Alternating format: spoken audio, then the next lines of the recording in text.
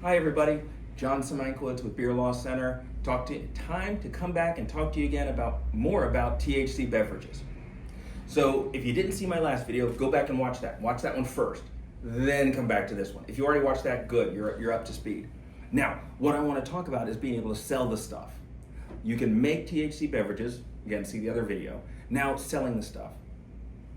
All right, so right now, as of February 18th, 2025, in North Carolina, it's kind of the wild, wild west with regulation on THC beverages. There's essentially none, right? And I already talked about in the last video, you can't mix it with alcohol. So we're talking about a non-alcoholic THC beverage here.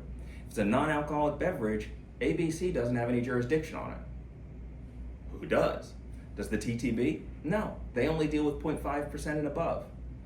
Okay, well, who has to approve this stuff? Here's the kicker, not anybody really. It's a food product because it's less than 0.5%, so you have to abide by the FDA rules on packaging, nutritional information, all that sort of stuff, because basically, as far as they're concerned, it's like a soda. So you have to have your nutritional information, and I'd certainly put it on your milligram dosage, something like that. You have to follow their labeling guidelines, labeling rules really. And in your state, check with your food regulator, right? In North Carolina, it's the Department of Agriculture, but generally there's not a registration for that either. If you're a brewery, you're already registered as an FDA food production facility. You had to do that back when you were licensed. It's not a big, if you haven't done it, don't worry, go do it. It doesn't take long. It's like 3 forms on the FDA electronic website. It's just to register that you are in the food chain,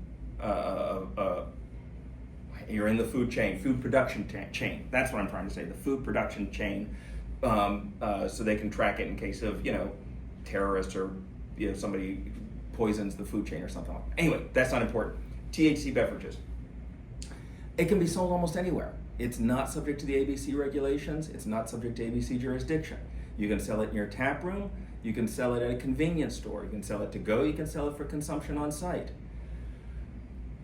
Technically, it's not even age gated.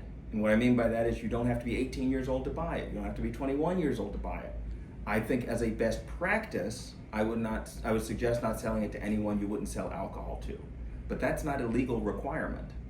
And this is why there's so much concern about who and when and how THC beverages are sold. It's because right now there are no rules or regulations about what's in it, how it's created, who can buy it, who can sell it.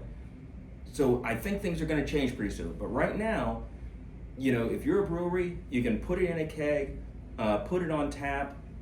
You don't have to register it with the North Carolina ABC. You don't have to register it with the TTB. You don't have to register it with the FDA.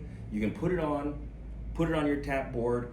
And again, I'd say non-alcoholic, and I'd give it a milligram dosage, and I'd maybe have some point of sale material that talks about, hey, this is THC, this is not alcohol. It may affect you differently. Know your tolerance and step into this slowly.